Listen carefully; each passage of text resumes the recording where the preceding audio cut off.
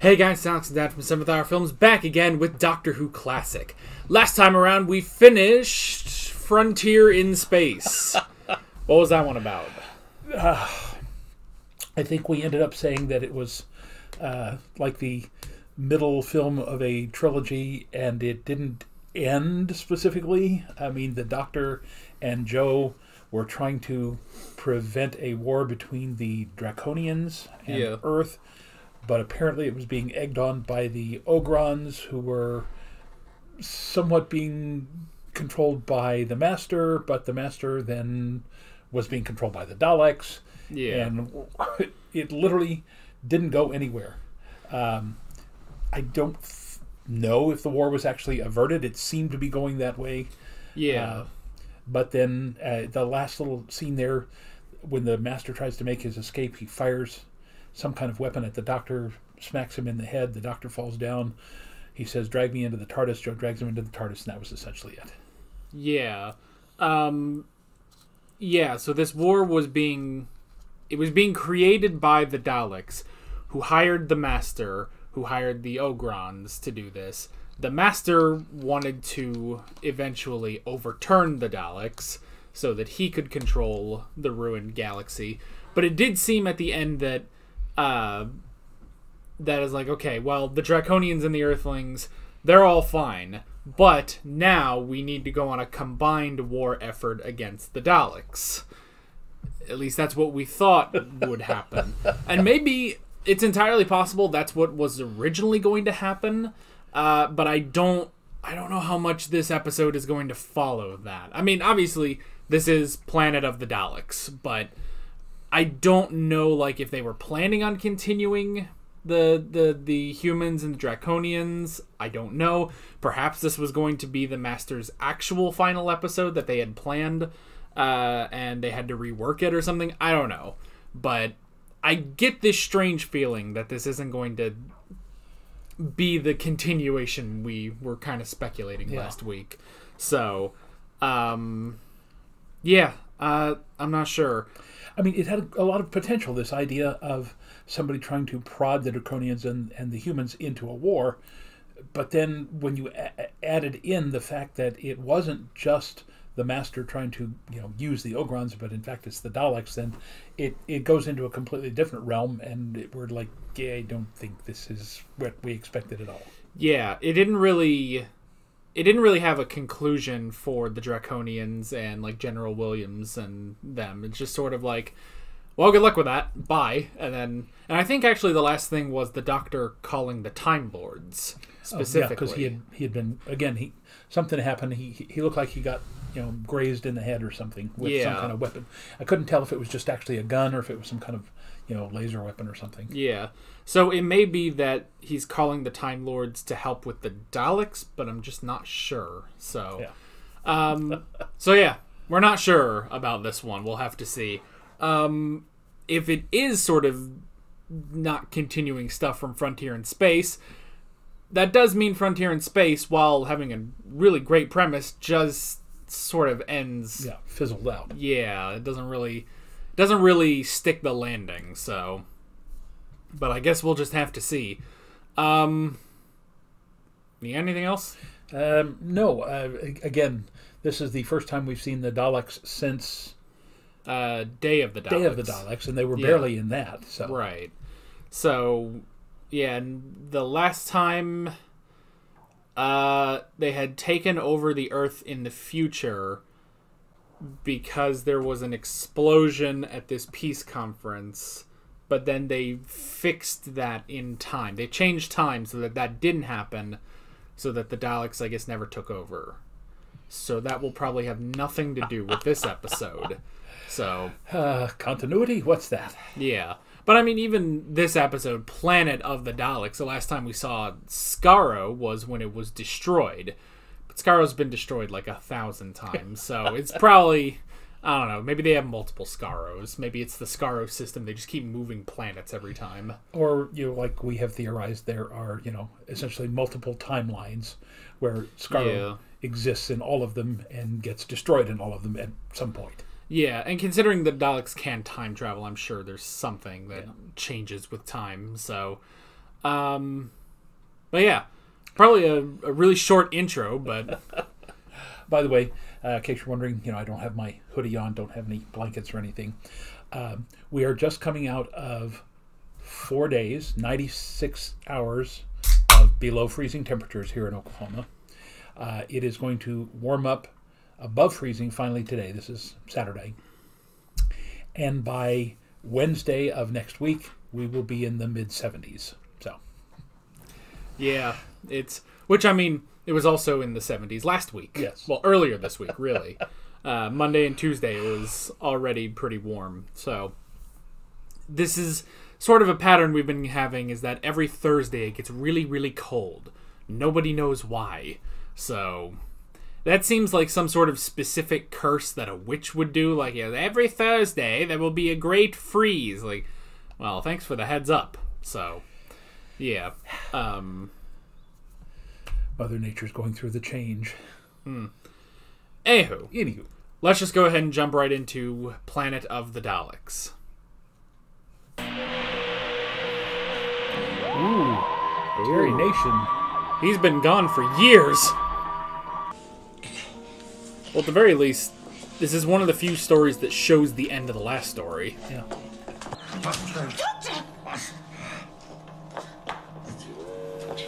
Come on. Come on, sit down. That's new. Yeah. The TARDIS Murphy bed. We get this. Just like that. Lie down, Jack. Yes. No, don't push the button or he'll go back in. Let's rest. No. I'm going outside. I'm going to try and find some help. Scanner. This definitely feels like an old Terry Nation script. And an old Terry Nation location, too. Blech. You're in a tropical setting and you put on your overcoat and your gloves. You know what? Bring an umbrella. Looks like it's already starting to cover the TARDIS, unless that's just sunlight or something. It looks like it's... Well, it looks like rock or something.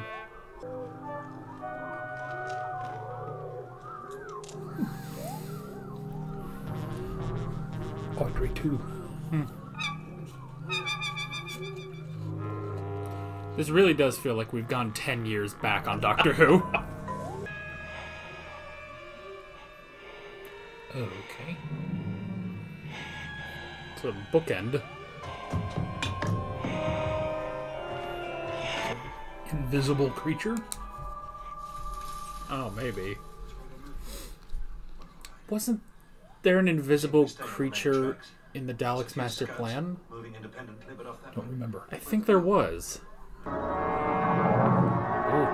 always a cool special effect.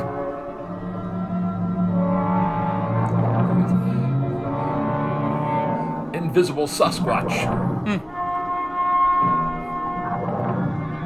Yeah, I said, the invisible monster to save on budget, but that's gotta be pretty tricky to do.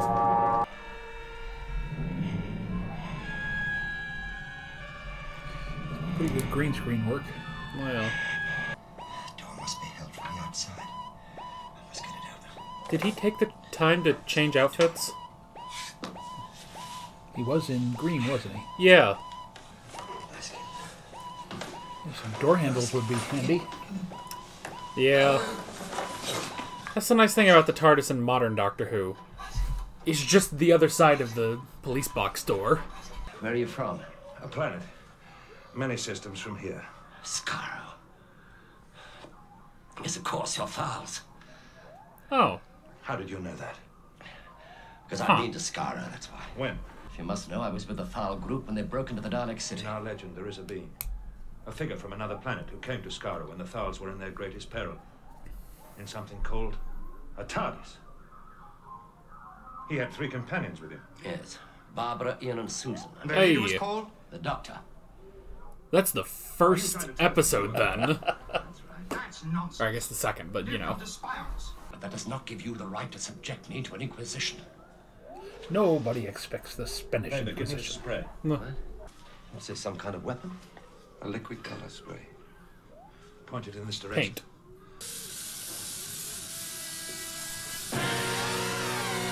Daleks.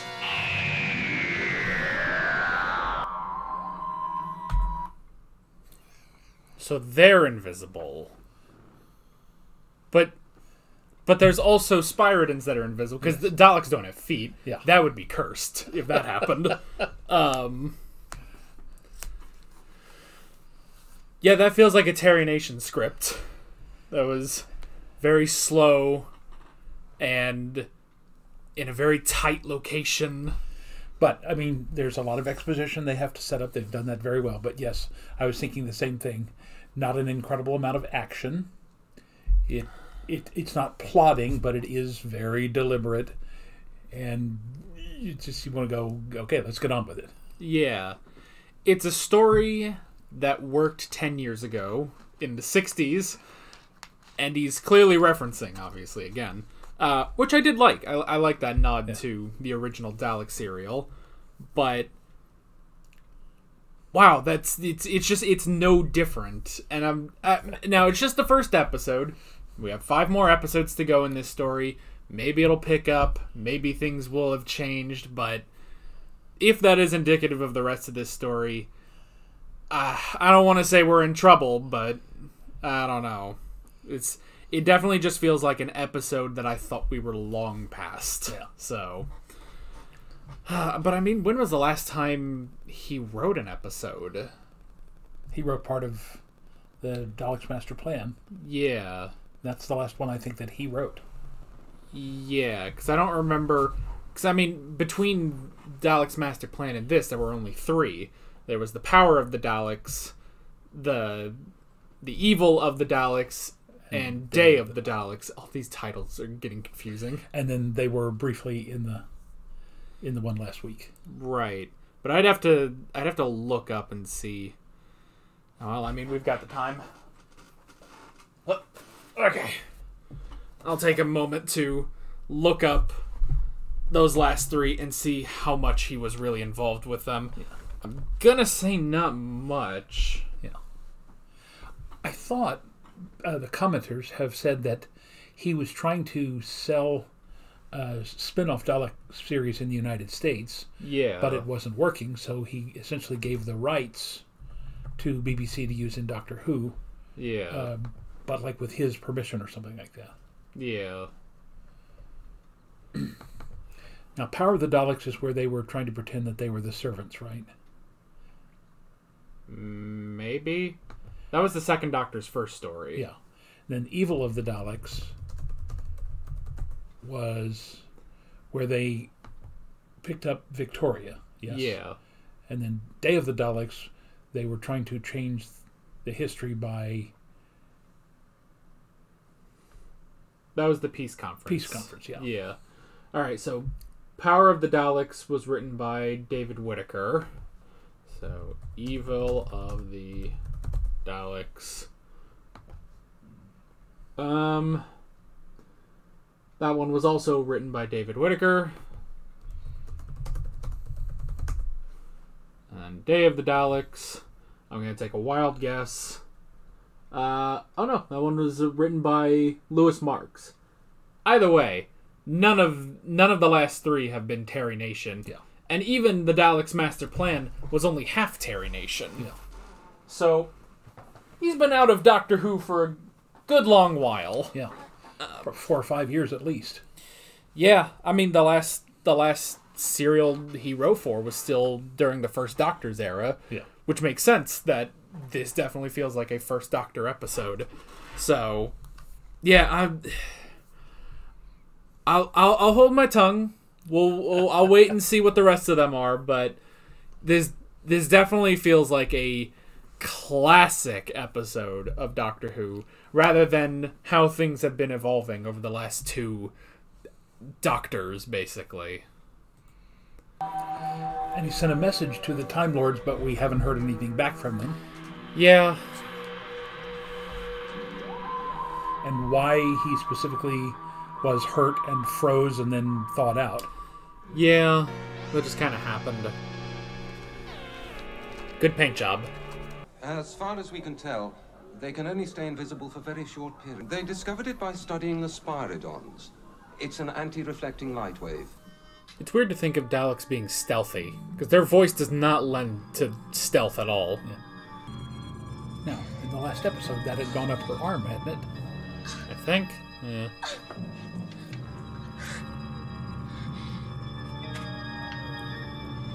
I feel like I would immediately grab whatever was in close proximity and try to get that off. By something I can't describe. A goo of some sort. Spreading rapidly. I'll go get it. My hand is... It was really more of a spritz. Meh.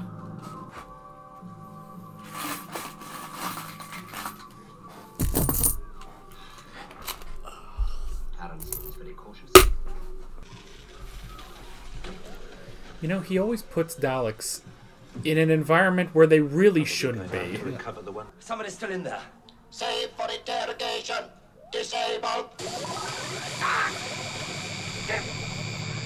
Oh, right in his knees.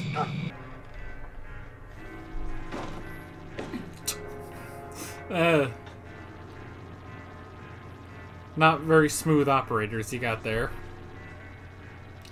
You know, with the Daleks now, you can really tell how much taller John Pertwee is to his predecessors. Courage isn't just a matter of not being frightened, you know. What is it then? It's being afraid and doing what you have to do anyway. Just as you did. Right.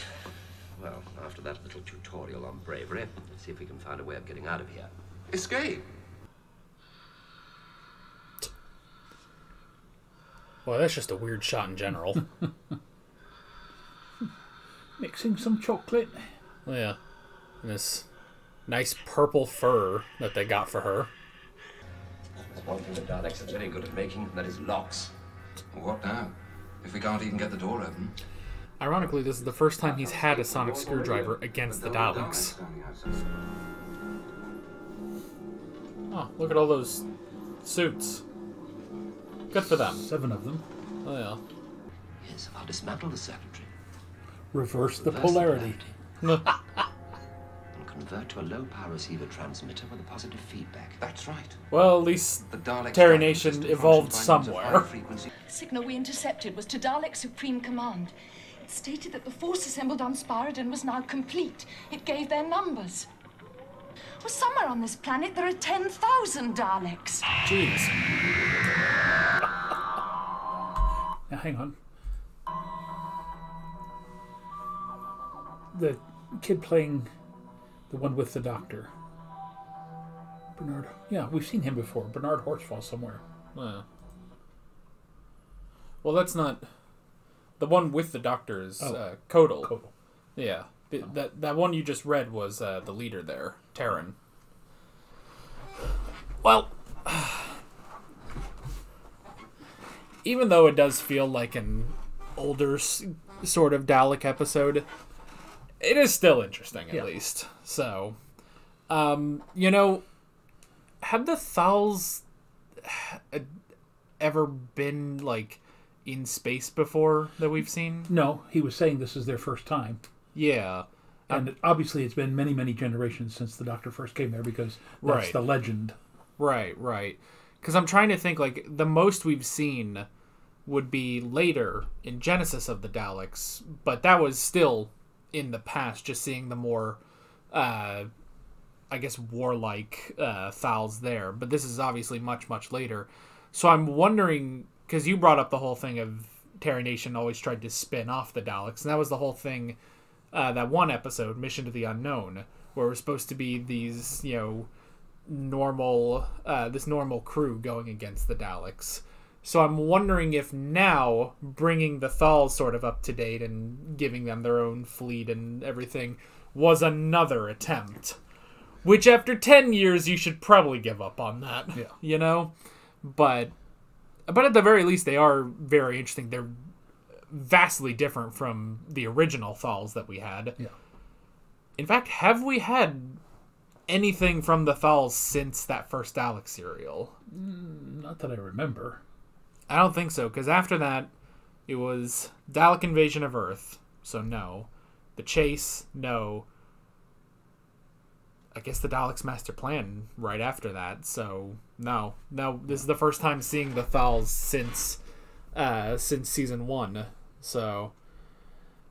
Yeah, maybe that's the idea, to try to spin them off. Obviously, that doesn't go anywhere, but... Oh well. But at the very least, it is somewhat interesting. Yeah. Just taking quite a while to build up. Yeah. And notice that the Courage tutorial, very philosophical, took up a good 3 or 4 minutes there. Literally no action whatsoever. Yeah. It's like the story of the hermit on the hill. Yeah. But even that was still, like, a bit of, like, the Doctor's backstory and stuff like that. Yeah. I'm all right. Good. We must move.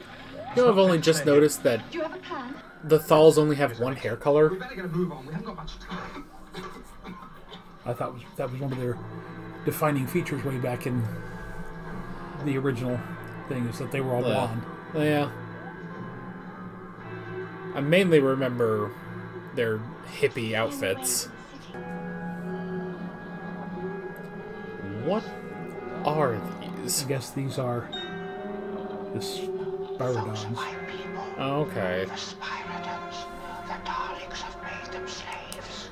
And they put a blanket over them? Yeah, purple fur. To protect them from the cold. If what? If it works.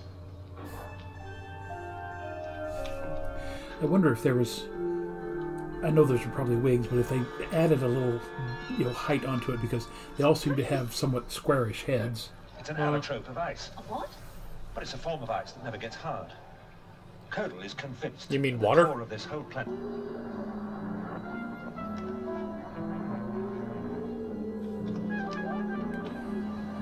Well, they're not as silly as the gel guards, but... Well, yeah.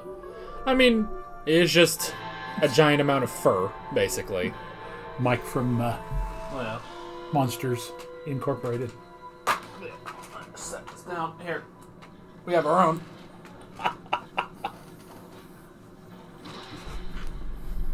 This went better in my head.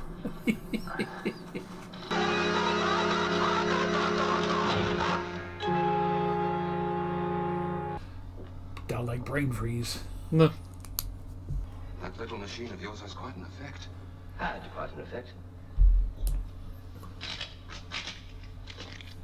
Not anymore, I'm afraid. For a man who abhors violence, I must say I took great satisfaction in doing it. Right.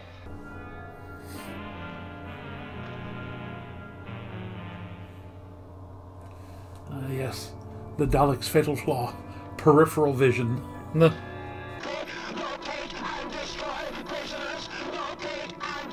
I don't know if the panels they created were necessarily made with those Dalek suction cups in mind. Look, the shark!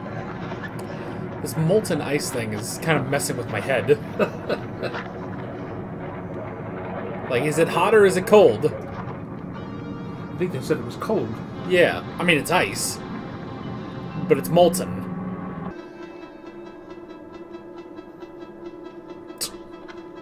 Good job, Joe.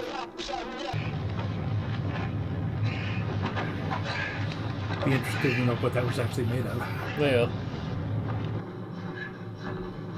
Looks a little like laundry detergent. Liquid laundry detergent. Watch the ice come through. Ooh. Come on, you get inside. Come on,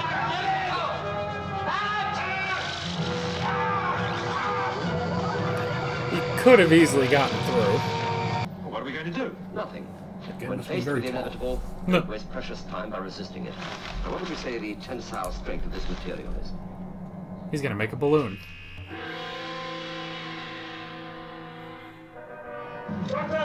There's not enough left to take all our weight. Right, ready? Right, give it time, Tommy, give it time. It's not going to work!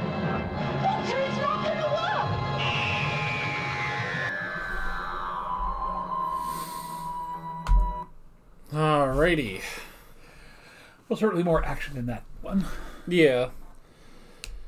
It really just has nothing to do with last episode. Like, I don't even think these are the same Daleks that the Master called. Yeah. So. These all seem to be very kind of rusty and dark. Yeah, so. I'm curious if maybe it was supposed to tie in, but they had to do some rewrites or something, especially after the death of Roger Delgado. So, I don't know. I'd be very curious about that. Also, it's just a Terry Nation story through and through. Yeah. It's he hasn't changed at all. Which is not bad, but the show has definitely changed from where it was with the first Doctor. Yeah. So, I don't know. I'm not quite sure on this episode. It's not bad, but it's not the most exciting. Yeah. So, I don't know. Well, it is the first 3 episodes. To go into the notes, the first thing I wrote down is the coma that the Doctor went into, which I remembered when Joe said that this happened before, but hang on, now I'm trying to remember what episode was that, because it did happen before, I think. Was it in the one where he went to the parallel universe? No, because Joe wouldn't have been in that episode. It was... Oh, I guess it was the Time Monster with Kronos. I think that might have been it. Maybe. Either way, he was in a coma, and then he wasn't. Which I guess that was just a way of separating the Doctor and Joe. That's the most likely explanation, but aren't we coming to the end of his 4th season? Yes, this is his 4th season, and I think that might... I think at the end of this season he will regenerate. So they may be setting that up. Yeah. Now the only thing with that is that at some point the 3rd Doctor meets Sarah Jane, and she takes over for Joe just before he leaves. So I don't know. I mean, I don't know how many episodes are necessarily left in this season. It might be... I thought you said last week there's only 1 left. Maybe I might have said that. One more 6-parter. Yeah, unless I mean, I suppose it's also entirely possible that the regeneration will be mid-season in the middle of season 11. But it would be kind of weird. But that has sort of happened before. Yeah. So I'm not sure about that. But there was also the whole message to the Time Lords, which has gone nowhere in 3 episodes. Yeah. Now, granted, the 3 episodes literally seem to take place within a period of 24 hours, maybe 48 hours at the most. Yeah. So, but still, you would expect a message from the Time Lords would be, responded to in, decent time. Yeah.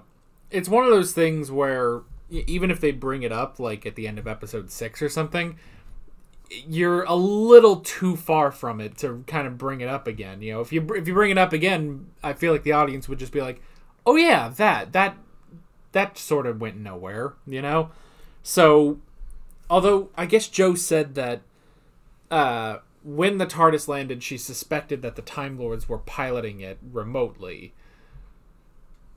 But I don't know why they would do that. Yeah. So I'm not sure. It definitely feels like this was supposed to continue Frontier in Space, but they had to completely change it up. Yeah. So just knowing that, well, we have to have the Daleks, okay, who can we get to write a Dalek episode? Hey, let's bring back Terry Nation. Yeah. So that could be it. I don't know. I'd be curious about the story of this episode.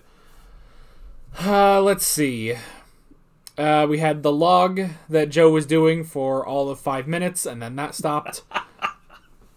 Which the Doctor didn't even listen to it or anything. Yeah. He just sort of listened to 1 or 2 of the of her initial things about he's in a coma, and then he converted it into the Dalek brainstorm, and then it got smashed. So yeah, it's a lot of loose ends, shall we say? Yeah, which I mean, I don't know. I guess the other Terra Nation episodes didn't really do that, but it's just I don't know. This is a strange episode, but a very familiar episode because it is an old school, and it's so weird to say an old school when we're talking about 70s Doctor Who with the third Doctor. This is still classic Doctor Who, but we're looking at this like, no, this is an even older, more classic episode of Doctor Who that we're looking at now.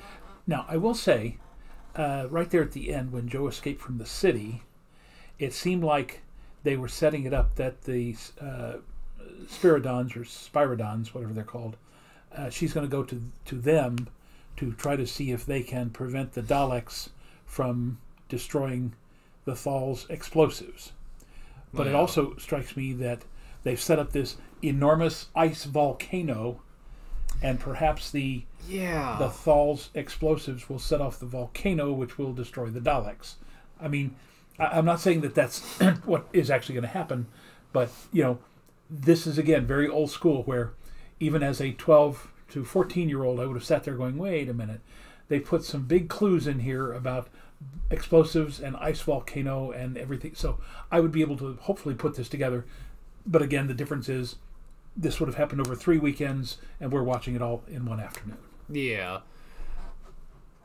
Which, I mean, this sort of brings in the next question of, what are we doing this episode? Like, this seems to be the most basic Dalek story you could create.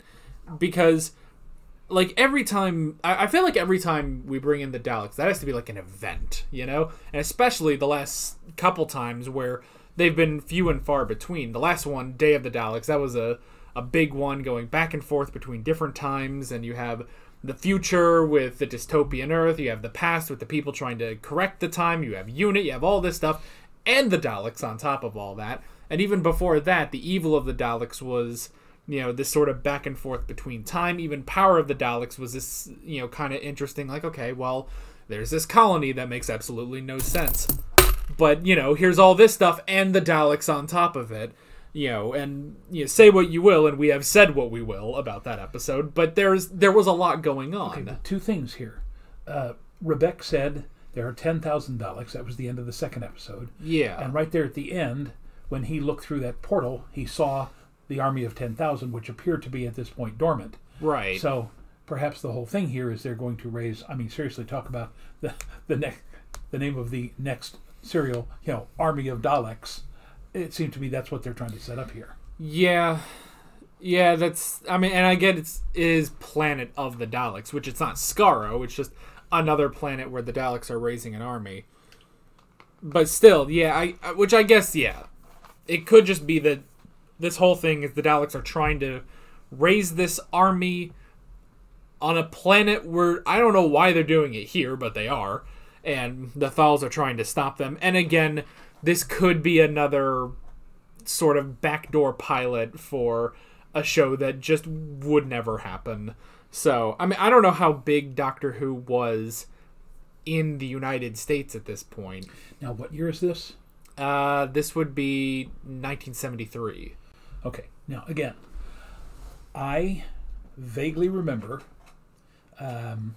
because I got here to Oklahoma in 76, and between 76 and 78, I was aware of Tom Baker.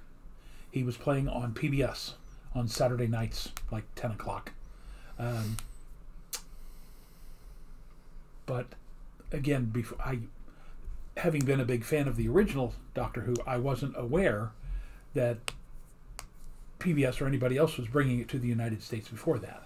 Yeah. Now, also understand that I wouldn't have normally been available to watch it because usually all the theaters where I performed, we were doing, at a minimum Friday and Saturday night and Sunday afternoon. So I would have missed anything Saturday night on PBS. Yeah.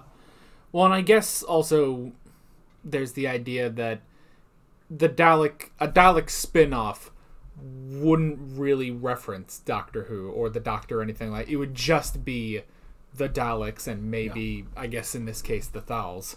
So I guess there's the possibility that, it's not that Doctor Who needed to be popular. It's just that a Dalek show needed to sell, which it just never did. So, but that also reminds me, later on they made, there was a spin-off, kind of, about K9, the mechanical dog, and it was made in Australia. It is apparently god-awful, and it's completely unconnected to Doctor Who. It just is Australian K9 in his own Australian adventures, and people have told me about it, and I'm pretty sure, I could entirely be wrong, and you can tell me if I'm wrong in the comments, but I've heard it is supremely awful. So, actually, I don't know if there was a successful spin-off of Doctor Who before Torchwood in 2000 something, whenever that came out. It was 2007, I think. But that was spinning off from modern Doctor Who.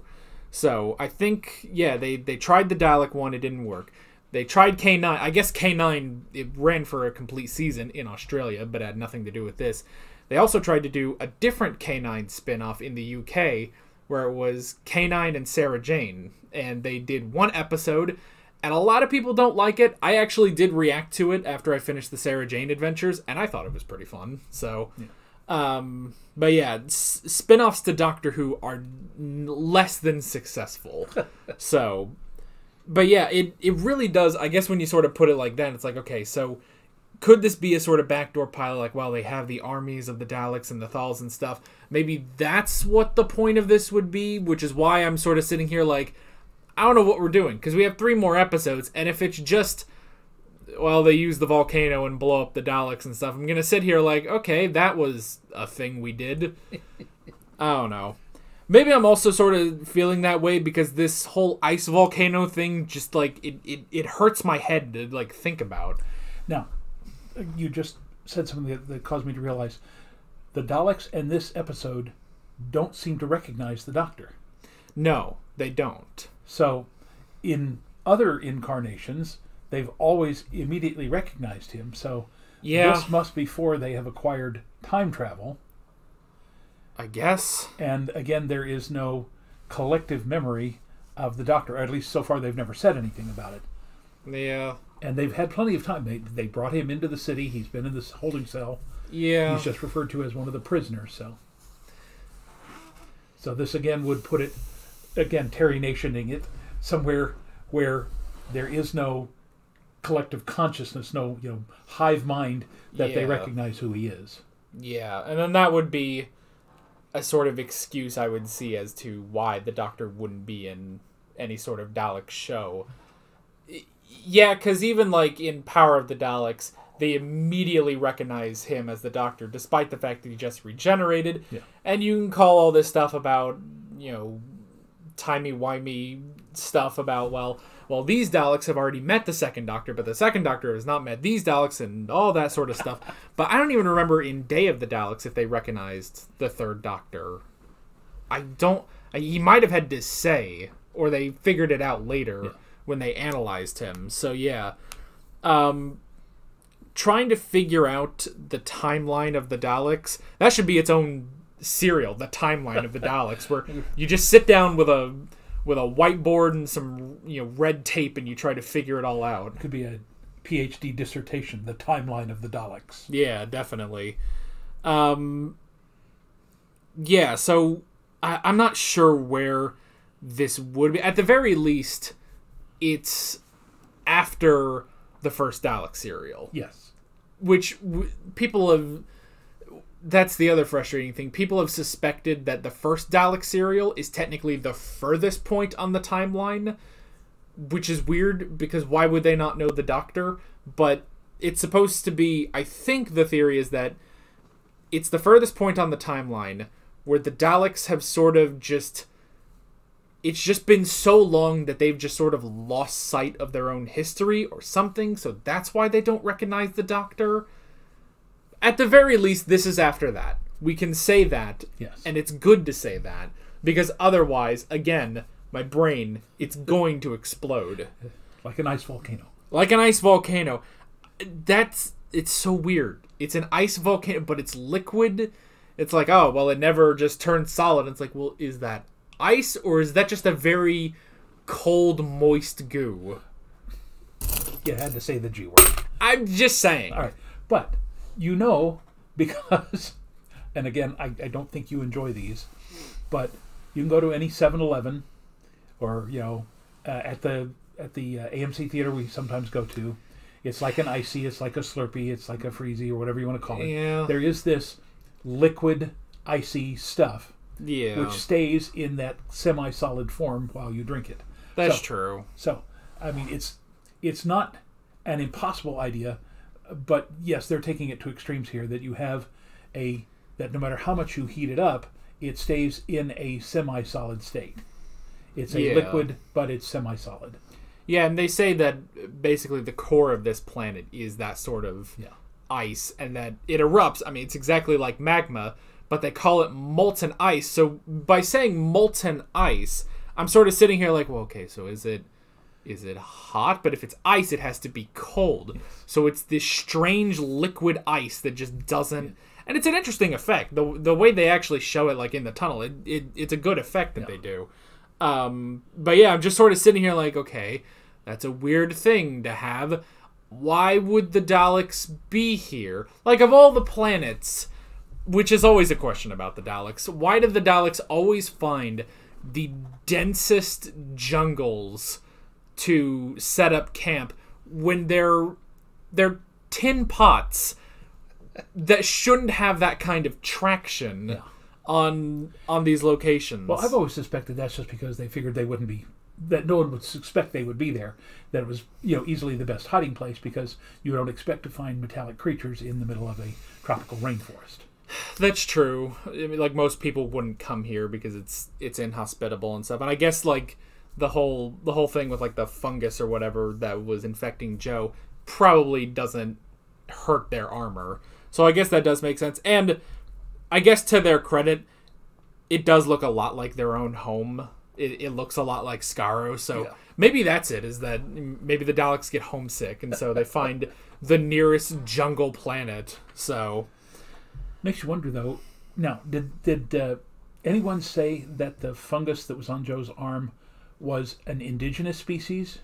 Or is this something, because remember the Daleks sprayed the planet with bacteria, and what makes me wonder about that is, if it is an indigenous species of fungus, would it somehow penetrate the Daleks' outer hull to affect the squid inside? Or by this time, are they completely mechanical with no organic parts inside? No, I think they always have a squid inside, because that's the whole point of the Daleks, is that there's the sort of hybrid. The squid is the sort of evolution of the Khalids, although they haven't fully stated the Khalids yet. So I think that is supposed to be it, is that they are still the thing inside the armor controlling it. Though when you stop and think about it, it's not too dissimilar to the Cybermen at that point, because they are very much these cyborg sort of, half man, half machine things. Yeah. But this is just half squid, half machine. So, so yeah, it's entirely possible that it could still get in there and affect the squid. But I don't know. I mean, who knows with Terry Nation? At this point, they could be all mechanical. Yeah. Who knows? Now, was it last serial? Who was reading War of the Worlds? Was it the Doctor or was it Joe? It was the Master. Master. Yeah. And again, we speculated that was somehow going to fit into the storyline because the War of the Worlds, is late 1800s, early 1900s, where H.G. Wells said that even if Martians did invade the Earth, because they had been so isolated from us, the way that North and South America had been isolated after the Siberian land bridge went back under the Bering Strait, that any disease here on Earth would immediately infect the Martians and cause them to die, just the way the European diseases killed off the indigenous Americans. Yeah. And that never came to pass in the last one, so I'm wondering if it is now going to go over into this one. That could be like one of the few things that would carry over to this episode. It could be, especially with just how they've set up the fungus and stuff. It could be. Because Because, yeah, I mean, we don't know if, like, maybe that was originally an idea for this episode, and then, again, perhaps they reworked a lot of this episode. But that could be one idea that sort of held over. So, it's also entirely possible that this episode was always supposed to be like this. Yeah. So, I'm not really sure. It just feels like, especially with the ending of last episode and some of the things we start off here, like, it feels like we were supposed to move into a different story, but we had to quickly change it. So, but that could be it, especially, yeah, with the fungus. If you get that into the Daleks, I don't know, maybe you use the fungus with the ice and they do something. I don't know. All right. Let's see. Brains are turning to molten ice. Yeah. We got the Spirodons, who are interesting. You know, you do kind of look at it and say, well, it's easy. You don't have to make a costume for these guys, but you do have to do the green screen and stuff. But they're interesting. I like that they can actually talk too, which is good, and they want to help out against the Daleks. And also just the idea that, I mean, I guess the main thing for the Daleks being on this planet is because they're trying to learn the ways of invisibility to have much more of an advantage in combat, which is an interesting idea at the very least. Yeah, I don't know how much we're going to get into that. Or maybe these new Daleks do have this sort of newer power source in order to keep up that effect. Let's see. Well, we have the Thals and Weber. Darth Weber. Darth Weber. Yeah, with an F. Which that was interesting. The whole, you know, he doesn't care for how Terran's been leading the mission and stuff. Yeah, that was kind of interesting. You know, he's more gung ho and stuff like that. And then we just get like 3 more of them, which is interesting. Along with Rebecca, which you're missing like 1 letter there to complete that name, but oh well. 1 syllable. Yeah.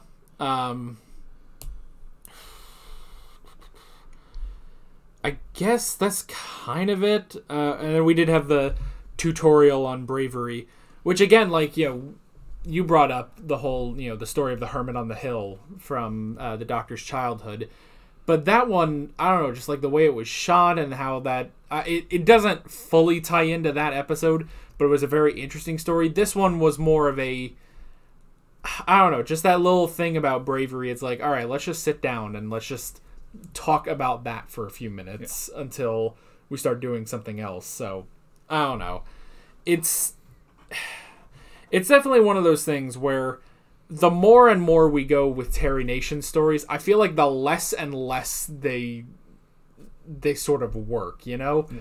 It's sort of interesting that it's like, because, I mean, I guess even from that first Dalek story, which is 7 episodes long, probably didn't need to be 7 episodes long, but it was like, okay, you know, they were experimenting, they were still incredibly early on in the show and stuff, and, you know, scripts were being thrown out left, right, and center because they were either too goofy or bug-eyed aliens and stuff like that.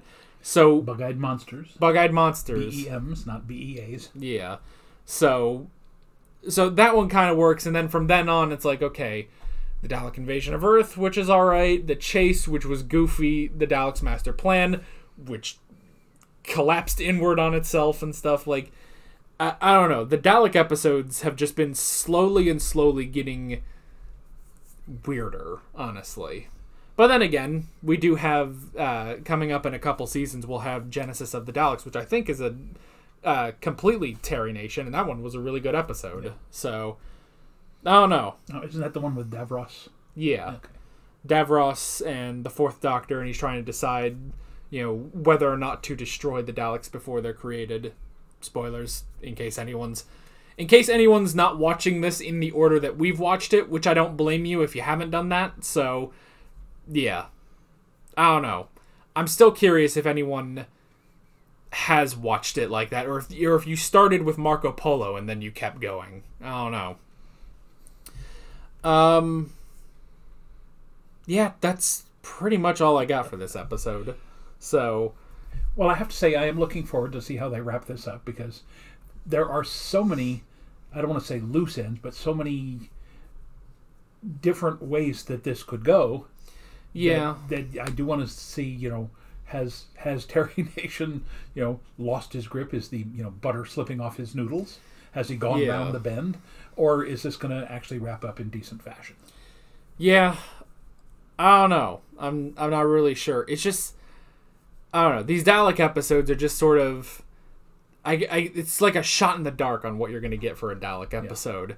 But this was definitely a return to form in a form that has been outdated by the show already. Like, especially with the Third Doctor. Like, we have not seen an episode like this from the Third Doctor at all. Yeah. So, yeah. Very much on set. Not outdoor locations and stuff like that. So, which, hey, I guess with how many times we've been in the southeast of England, maybe it is a good little change of pace. Yeah. I don't know. But yeah, I guess we will find out next time how this will all go. But that is basically it. With all that being said, we're Alex and Dad from 7th Hour Films, and we will see you guys next time. Take care. Alright guys, thanks for watching this video. There's a bunch of links on screen if you want to go click around to any of those. There's a playlist for all of our Doctor Who classic reactions, as well as another Doctor Who related playlist that you can go click on. There's also a subscribe button and a Patreon button on screen, as well as other links in the description if you want to go check out any of those. See you guys later.